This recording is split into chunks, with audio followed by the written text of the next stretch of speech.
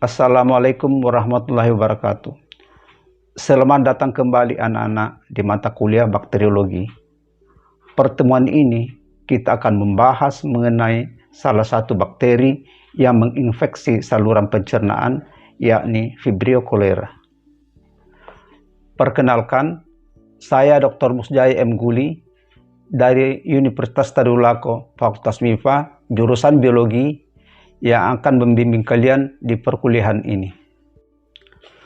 Adapun capaian pembelajaran kita hari ini adalah 1. Kalian mampu menjelaskan mengenai bakteri Vibrio cholera secara umum.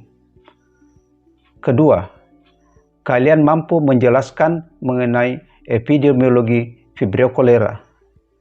3. Kalian mampu menjelaskan mengenai etiologi Vibrio cholera. 4. Kalian mampu menjelaskan mengenai patogenesis, patofisiologi, diagnosis, dan pengobatan dari penyakit karena infeksi Vibrio cholera.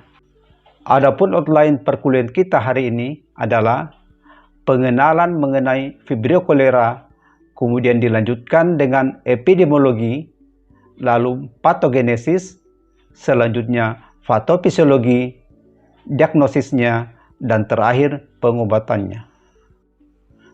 Baiklah, kita akan masuk ke pembahasan awal, yakni pengenalan umum Vibrio cholera.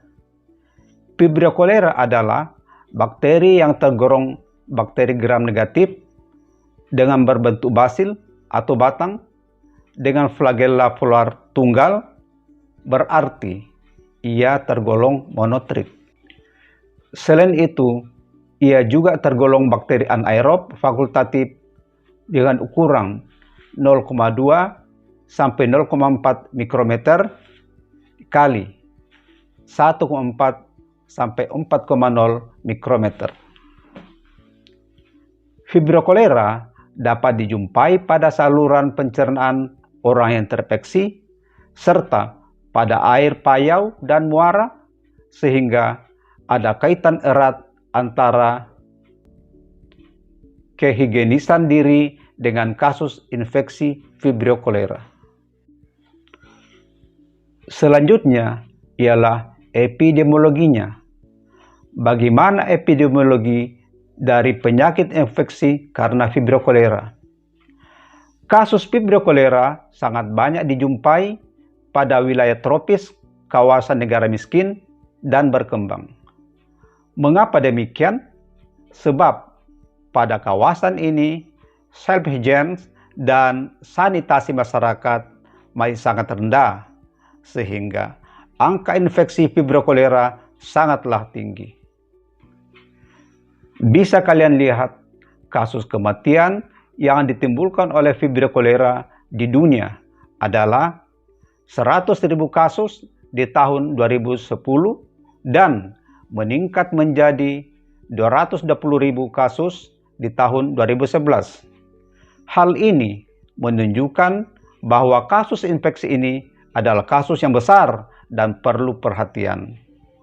Adapun di Indonesia, dinyatakan 1 dari 100 orang terinfeksi Vibrio cholera tiap tahunnya.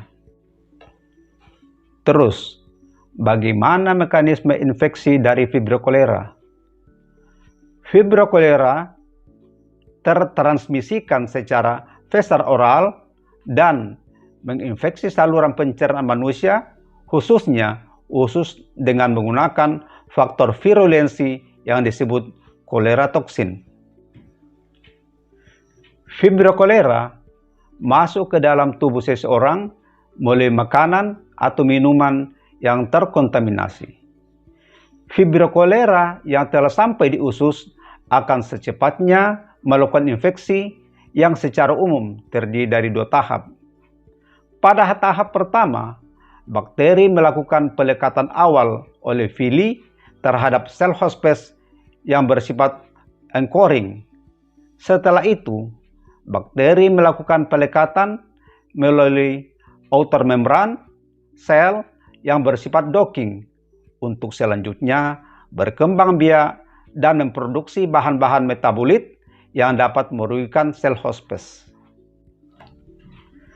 Di dalam saluran pencernaan, Vibrio cholera melakukan kolonisasi dan mengekskresikan enterotoksin, yaitu toksin kolera, dan co-regulated villus TCV sebagai faktor virulensi utama yang paling bertanggung jawab atas terjadinya diare. Untuk dapat melakukan pelekatan pada permukaan sel hospes, Vibrio cholera memiliki protein adesin sel. Protein adesin adalah molekul pada permukaan luar sel yang mengikat sel-sel lain atau matriks ekstraseluler hospes. Adesi yang dilakukan oleh molekul terluar patogen akan dilanjutkan dengan kolonisasi pada permukaan jaringan hospes yang merupakan langkah awal terjadinya penyakit. Selain berperan dalam infotoksin ke dalam jaringan hospes, protein adesin Vibrio cholera juga bersifat antigenik, sehingga di sisi lain berpotensi untuk dikembangkan menjadi kandidat vaksin.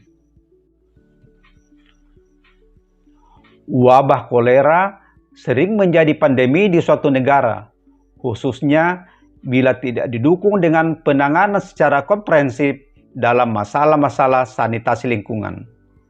Salah satu upaya untuk menanggulangi pandemi kolera yaitu dengan pemberian vaksin kepada masyarakat yang rentan, yakni sebagai upaya pencegahan. Adapun patofisiologi yang ditimbulkan oleh Vibrio cholera adalah lelah, diare akut, dan nausea. Ketika seseorang terinfeksi penyakit ini, maka siklus AMP dalam tubuhnya akan meningkat, sehingga garam fisiologi di tubuhnya akan tersekresikan keluar usus. Ketika ini terjadi, maka untuk menyeimbangkan konsentrasi, maka air akan berdifusi dari dalam usus keluar usus, maka akan timbul diare. Kondisi diare yang terus-menerus akan menyebabkan seseorang menjadi dehidrasi dan lebih lanjut dapat menyebabkan kematian.